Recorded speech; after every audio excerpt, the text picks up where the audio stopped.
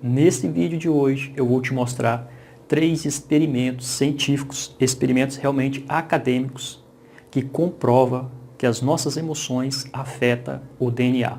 E não só o DNA, mas também o campo quântico. Irei mostrar para você de uma forma ilustrada, bem clara e objetiva, embora isso aqui seja somente imagens realmente ilustrativas, mas para uma compreensão básica é o suficiente. Irei tirar esse conhecimento desse livro aqui, ó, A Matriz Divina, de Greg Braden. Se você não sabe quem é Greg Braden, depois você dá uma pesquisada aí no Google ou no YouTube para saber mais sobre ele. É um cara realmente conceituado, é um cara que tem autoridade para falar sobre o assunto. Vou buscar fazer esse vídeo o mais fiel possível, de acordo com os experimentos, pelo menos na primeira parte do vídeo. Aí a segunda parte do vídeo eu irei colocar a minha opinião, mas a primeira parte do vídeo eu vou buscar ser o mais fiel possível, ok? Para não contaminar aqui a demonstração científica. Então vamos ver o primeiro experimento. Experimento 1. Poponin e Gariev projetaram seus experimentos pioneiros para testar o comportamento do DNA em partículas de luz, fótons.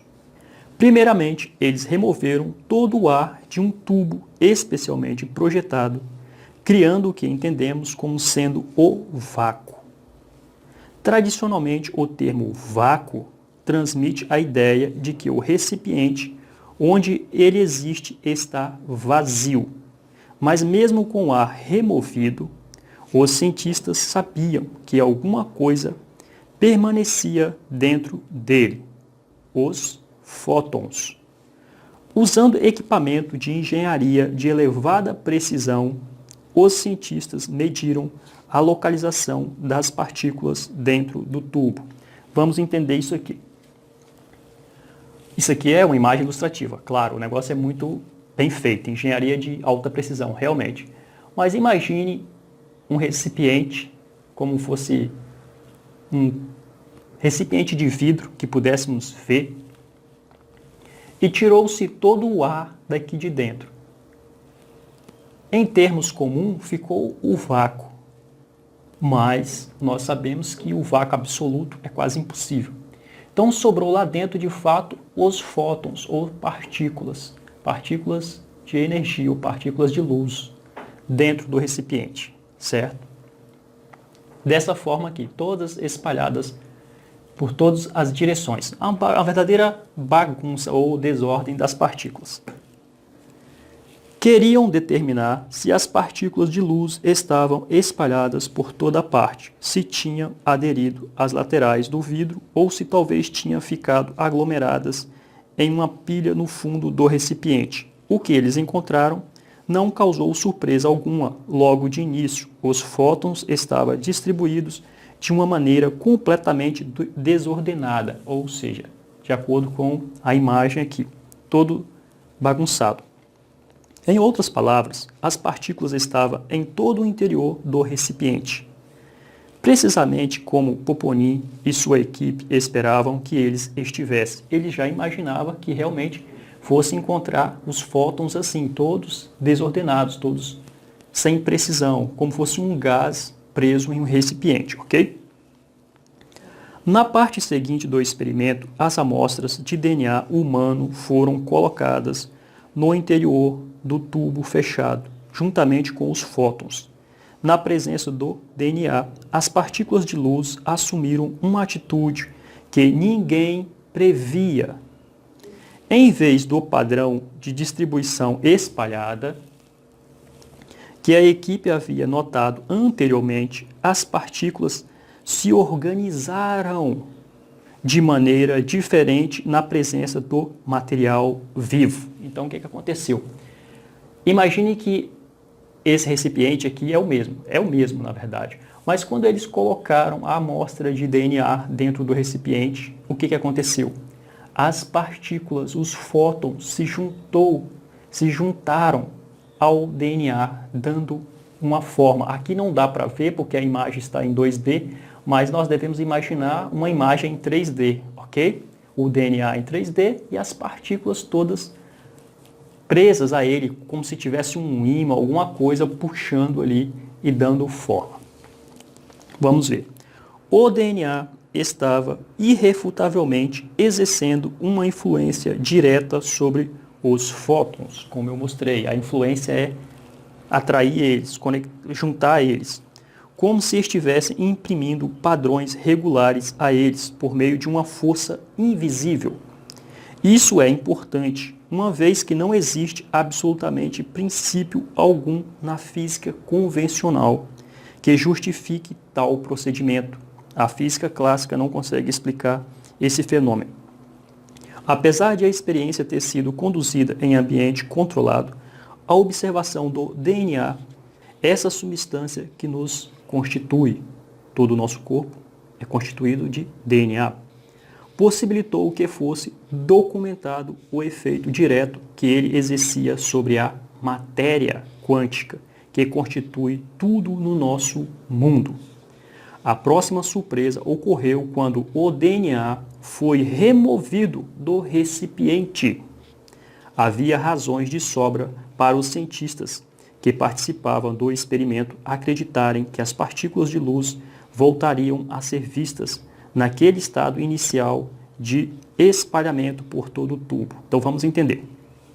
Eles imaginaram que quando tirasse aqui o DNA do recipiente 2, as partículas voltariam a ficar como era antes, todas espalhadas, bagunçadas dentro do recipiente. Vamos ver o que aconteceu. Entretanto, em vez disso, os cientistas presenciaram uma ocorrência muito diferente. Os fótons permaneceram ordenados, exatamente como se o DNA ainda estivesse no tubo. Em suas próprias palavras, Poponin descreveu a luz como exibindo um comportamento surpreendentemente contraintuitivo. Quando eles não conseguem uma explicação, é contraintuitivo, fantasmagórico, esquisitice, enfim. Mas quando tirou o DNA do recipiente, o que aconteceu? Os fótons continuaram a se comportar como se o DNA estivesse ali dentro. Ele continuou a forma, ok? Não que seja exatamente assim o experimento, mas para você entender de forma ilustrativa, é isso aqui, ó. Continuou a forma, como se o DNA estivesse passando ainda mensagens para os fótons. Depois de verificarem os instrumentos e os resultados, Poponin e seus colegas enfrentaram a tarefa de achar alguma explicação para o que tinha acabado de observar. Uma vez que o DNA tinha sido removido do tubo, o que poderia estar afetando as partículas de luz? Será que o DNA deixava alguma coisa para trás? Alguma força residual com o poder de união depois da remoção da matéria física? Ou seja, quando tirou o DNA de dentro do tubo, qual força estava exercendo ou influenciando ou mandando informações para os fótons continuarem a se comportar como eles estavam se comportando quando o DNA estava aqui dentro? Essa era a questão, essa era a pergunta. Ou será que algum fenômeno ainda mais misterioso estava acontecendo? Estaria o DNA e as partículas de luz ainda conectados de algum modo e com alguma intensidade além da nossa capacidade de detecção, ainda que estivessem fisicamente separados e não ocupassem mais o mesmo tubo? Em seu relatório, Poponin escreveu que ele e seus pesquisadores foram forçados a aceitar a hipótese de trabalho de que alguma estrutura nova de campo fora excitada. Ou seja, como ele não conseguiu realmente ver o que estava influenciando, ele deduziu que uma força nova, um campo novo estaria exercendo essa influência. Com o efeito parecia estar diretamente relacionado à presença do material vivo, o fenômeno foi denominado efeito de DNA fantasma. A nova estrutura do campo de Poponin aparentava ser surpreendentemente semelhante à matriz de Max Planck. Max Planck é conhecido como o pai da teoria quântica, ok? ok? Resumo do experimento 1. Esse experimento tem importância por vários motivos. Talvez o mais óbvio deles seja o fato de nos mostrar claramente que existe uma relação direta entre o DNA e a energia do qual o mundo é feito. Dentre as muitas conclusões que podemos tirar dessa poderosa demonstração, duas são garantidas. Primeiro, existe um tipo de energia que não era reconhecida como tal no passado, ou seja, a ciência não conhecia ou não reconhecia esse fenômeno. Segundo, as células ou DNA influencia a matéria por meio dessa forma de energia. Essas são as duas conclusões. Agora nós iremos ver sobre o experimento 2. Esse que eu falei agora foi o experimento 1. Agora vou para o experimento 2, depois o 3, depois vou dar a minha conclusão de acordo com outros conhecimentos. Fique aqui comigo que você irá ficar muito, muito, muito surpreso com o que irá acontecer nos próximos experimentos. São ainda mais fascinantes. Vamos para o experimento 2. As pesquisas têm mostrado, sem sombra de dúvida, que as emoções humanas exercem influência direta sobre o modo como as células funcionam no nosso corpo. Durante a década de 90, cientistas trabalhando para o Exército dos Estados Unidos investigaram se nossas sensações continuavam tendo o poder de afetar células vivas, especificamente o DNA, nos casos de essas células não fazerem mais parte do corpo. Em outras palavras, as emoções ainda exercem efeito positivo ou negativo sobre amostras de tecidos retirados do corpo? Vamos ver. A sabedoria convencional tenderia a presumir que não. Uma vez que você tira uma parte do seu corpo, já era, não tem mais influência nenhuma com você. Isso não tem mais ligação. É assim que a ciência ou a física clássica diz, é assim que nós aprendemos na escola, é assim que nós aprendemos na vida. Segundo uma linha tradicional de pensamento, uma vez que tecidos, pele, órgãos ou ossos são removidos de uma pessoa, qualquer conexão do corpo com essas partes não deveria mais existir, como eu acabei de dizer, né? Entretanto, a experiência nos demonstrou que algo muito diferente, na verdade, acontecia. E o que acontecia? Vamos ver. Em um estudo de 1993, conforme publicado no jornal Advances, o exército americano executou experimentos para determinar precisamente se a conexão de emoção com o DNA continua depois de uma separação. E caso continue, até que distância? Os pesquisadores começaram por reunir DNA em um esfregaço de tecido do interior da boca de um voluntário, ou seja, tirou amostras de DNA da boca de um voluntário para fazer o experimento. A amostra foi isolada e levada para outra sala no mesmo edifício. E então eles começaram a investigar o fenômeno que a ciência moderna afirmava que não deveria existir. Em uma câmera especialmente projetada, o DNA foi medido eletricamente para verificar se ele respondia às emoções da pessoa de onde ele tinha sido retirado, o doador, confinado em uma sala distante dali a várias dezenas de metros. Então, experimento 2. Pegou esse carinha aqui, tirou a amostra de DNA da boca dele, colocaram dentro de um recipiente, uma câmera especial, ok? Equipamento de alta tecnologia, e deixaram o DNA lá. Agora vamos ver o que aconteceu. A dezenas de metros. O cara está aqui, mais ou menos como eu estou, e o DNA dele está a 30 metros de distância, 40, 50. Eu coloquei aqui 50 porque ele fala dezenas de metros, não fala quantos. Então, para a gente ter uma ideia, eu coloquei aqui 50 metros de distância, ok? Vamos ver.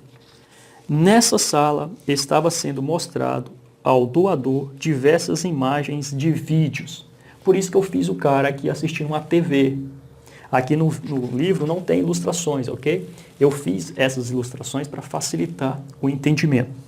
A exibição dos vídeos tinha sido montada tensionando despertar emoções no espectador e incluía filmagem de cenas de guerra, imagens eróticas e comédias. Então esse carinha aqui, ele ficava assistindo imagens de guerra, imagem de filme erótico, né, filme adulto, e também comédia. Então ele ficava triste, ele ria, ele sentia excitado, ok? Essas eram as emoções que despertavam nele. Vamos ver.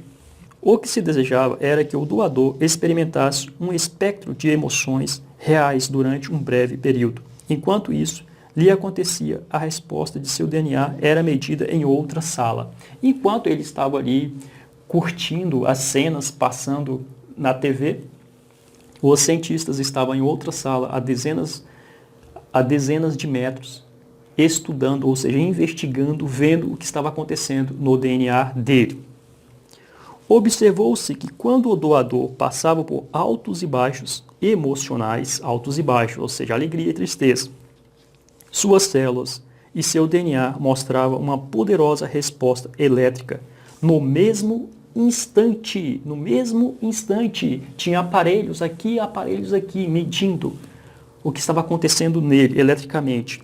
Apesar de a distância entre o doador e as amostras ser de dezenas de metros, o DNA agia como se estivesse fisicamente conectado ao corpo dele. Ou seja, tudo que o cara sentia aqui, o DNA a dezenas de metros estava respondendo exatamente como se estivesse dentro do corpo dele.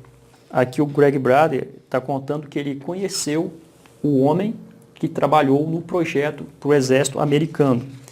E aí ele chegou a conversar com esse doutor, e aí o doutor falou algo a mais para ele, além do que foi feito só pelo exército americano. Ele conta aqui mais à frente, ó. O exército interrompeu os experimentos quando o doador e o DNA estavam ainda no mesmo edifício, separados por uma distância de apenas dezenas de metros. Então, o exército americano interrompeu o experimento, a pesquisa, quando ainda estava dentro do prédio, ou seja, em dezenas de metros. Só que o doutor que trabalhou no projeto, falando mais uma vez, ele continuou a fazer isso depois, fora das dependências do exército americano. Aí ele diz assim, ó, entretanto, em prosseguimento àqueles estudos iniciais, o Dr. Baxter descreveu com ele e sua equipe continuaram as investigações a distância ainda maiores. Certa vez, a distância entre o doador e suas células chegaram a 563 quilômetros. Então vamos apagar aqui e colocar aqui agora 563 quilômetros.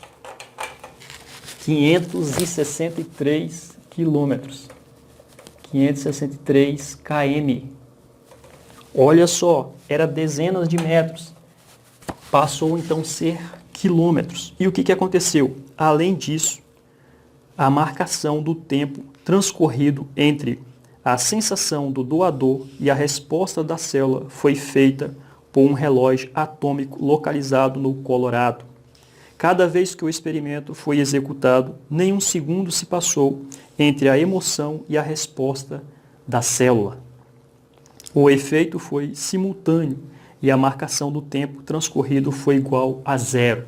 Mesmo a 563 quilômetros de distância, o que o cara sentia aqui, o DNA dele sentia instantaneamente, sem perda de sequer nenhum milésimo de segundo.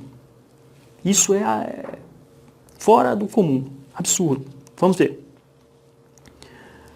Independentemente das células estarem no mesmo quarto ou separadas por centenas de quilômetros, os resultados foram os mesmos. O DNA do doador reagia como se ainda estivesse conectado de alguma forma ao corpo do doador, todas as vezes que o doador experimentava uma emoção. Por mais fantasmagórico que isso possa nos parecer a princípio, consideremos que, se existe um campo quântico unindo toda a matéria, tudo deve estar e continuar interligado. Ou como expõe de modo tão eloquente o Dr. Jeffrey Thompson, colega de Clive Baxter, não há um lugar específico onde realmente um corpo comece ou onde ele termina. Não há especificamente onde esse livro e o meu corpo e tudo que está aqui começa e termina de uma forma mais profunda. Vou ler de uma forma bem rápida e breve aqui o resumo. Resumo do experimento 2. As implicações desse experimento são vastas e, até certo ponto, estonteantes. Se não podemos separar as pessoas de partes de seu corpo, isso significa que quando um órgão vivo é eficientemente transplantado para outro ser humano, ambos os indivíduos permanecem conectados um ao outro de alguma maneira? Ele faz uma pergunta, né? Quando um órgão, por exemplo, se eu dou o meu órgão para uma outra pessoa, será que eu estou conectado emocionalmente com essa pessoa e essa pessoa conectada emocionalmente comigo? Ou pelo menos ela continua conectada emocionalmente comigo? É de se pensar, né? E aí ele vai falando várias coisas aqui, mas eu vou passar, não é tão interessante aqui. Depois você queira saber mais, você compra esse livro aí e você vai aprofundar no assunto. Só para finalizar ainda sobre o experimento 2, para passarmos para o experimento 3, vamos ver aqui uma conclusão. Existe uma forma de energia entre os tecidos vivos que não eram reconhecidas no passado. As células e o DNA se comunicam por meio desse campo de energia. A emoção humana exerce influência direta sobre o DNA vivo. A separação pela distância aparentemente não é importante para os efeitos observados. Agora vamos ver sobre o experimento 3. Quando o efeito da emoção humana sobre a saúde e o sistema imunológico do corpo já se é aceito há anos pelas tradições espirituais no mundo inteiro, raramente tal efeito foi documentado de maneira que pudesse ter utilidade para as pessoas comuns. Ou seja, há milênios, né, há séculos que as tradições já falam sobre tudo isso aqui, que a ciência está começando a descobrir agora. Em 1991, foi formada uma organização chamada Institut de Hofmart, cujo propósito era explorar o poder dos sentimentos humanos sobre o corpo, bem como o papel que as emoções poderiam desempenhar no mundo. Especificamente, o Instituto escolheu lançar o foco de sua pesquisa sobre o corpo em um lugar que parecia ser a origem das emoções e sentimentos, o coração humano. O trabalho pioneiro de seus pesquisadores foram amplamente publicado por jornais de prestígios e citado em artigos científicos. Bom, vamos ver de uma forma bem rápida aqui, para não tomar muito tempo. Os experimentos foram levados a cabo em 92 e 95 e começaram isolando o DNA humano em um becker de vidro e expondo a seguir a uma forma poderosa de emoção conhecida como emoção coerente. Então, para resumir aqui, foi o seguinte, nesse experimento, da mesma forma, ou parecido, colocou o DNA dentro de um recipiente, uma câmera especial, um tubo especial, e aí colocou um cara preparado, como se fosse um meditador. Ele tem capacidade de controlar as emoções. E de acordo com o que ele sentia aqui, o DNA respondia. Então, quando ele sentia, por exemplo, raiva e medo, o DNA encolhia. Ele se comprimia. Quando ele sentia alegria e paz, o DNA esticava, o DNA se alongava. Olha que coisa, olha que fantástico. De acordo com o que ele sentia, o DNA fora dele, o DNA estava fora dele, ok? Sendo estudado também. Mas de acordo com o que ele sentia aqui, o DNA respondia lá. Vamos às conclusões. O DNA influencia no campo quântico. O DNA, ou as informações que afetam o DNA, não se importa, não é interferido pela distância, é instantâneo. E o que nós sentimos, ou seja, raiva, medo, amor, alegria, paz, afeta o DNA. E o DNA afeta o campo. Olha que coisa.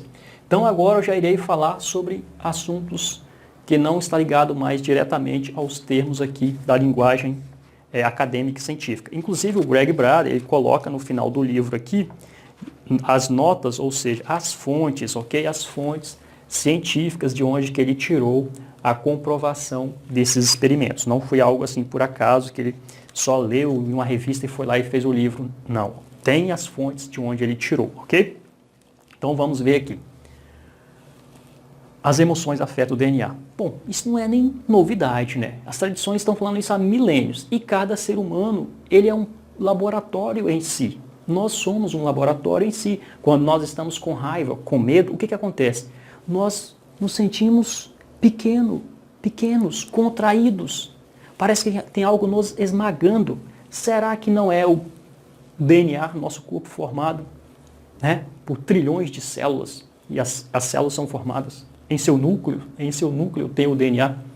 Será que não é isso que comprime, ou contrai e nos faz sentir assim? Pelo menos nos fazem sentir assim. E quando nós sentimos alegria, paz, boa vibração, alta astral, nós nos sentimos grandes, não é verdade? Nos sentimos livres, leves. Será que não é o DNA dando uma alongada, uma esticada? É de se pensar, né? O que acontece no mundo? O que a mídia faz? Bombardeia o ser humano com notícias ruins, notícias de medo, de pavor, de desastre, guerras, conflitos, vírus, bactérias, assassinatos, estupros. O ser humano fica com o DNA. Ou seja, é muito mais fácil controlar pessoas que estão com medo, se sentindo ameaçadas, do que controlar pessoas que estão felizes, alegres, vibrando e cantando. Porque aqui eles notam e acreditam que precisam de um líder ou de líderes, ou seja, vários líderes religiosos, políticos, enfim, pessoas que têm influência, aquela coisa toda. Se a pessoa está alegre e feliz, ele vai lá se importar com liderança, ele quer simplesmente continuar. Então é muito mais fácil controlar o mundo, o sistema com medo. Mas antes de existirem as TVs, já existiam outras formas de medo. Os reis, imperadores sabiam fazer muito bem isso. Que coisa, né? As tradições já vêm dizendo isso há milênios. Nós sabemos isso de forma experiencial no próprio corpo. Só que agora a ciência realmente está comprovando. E eu desejo, assim como muitos, que em poucos anos ou poucas décadas, isso seja ensinado na escola. Infelizmente, esses experimentos já têm aí o quê? Quase 30 anos, alguns têm mais de 30 anos, e até hoje não chegou ainda na didática dos alunos, das crianças. Mas a esperança sempre existe, né? Nós esperamos que um dia chegue e que comece lá na primeira série ensinar as crianças a controlar, trabalhar as emoções e assim ter uma vida mais feliz e evitar doenças, porque isso aqui causa muitas doenças. Eu sei por conta própria, por experiência própria, como que essas emoções de raiva, medo e angústia faz o que elas fazem, causa doenças. Eu desejo de coração que esse vídeo tenha contribuído com a sua vida. Compartilhe ele com outras pessoas que com certeza irá contribuir com a vida dessas pessoas também. Se você ainda não é inscrito, se inscreve agora mesmo. Clica na sinetinha para ativar as notificações, que toda vez que eu postar um novo vídeo, você receberá esse vídeo em primeira mão, tá bom? Eu vou ficando por aqui. Um grande abraço e até o nosso próximo encontro.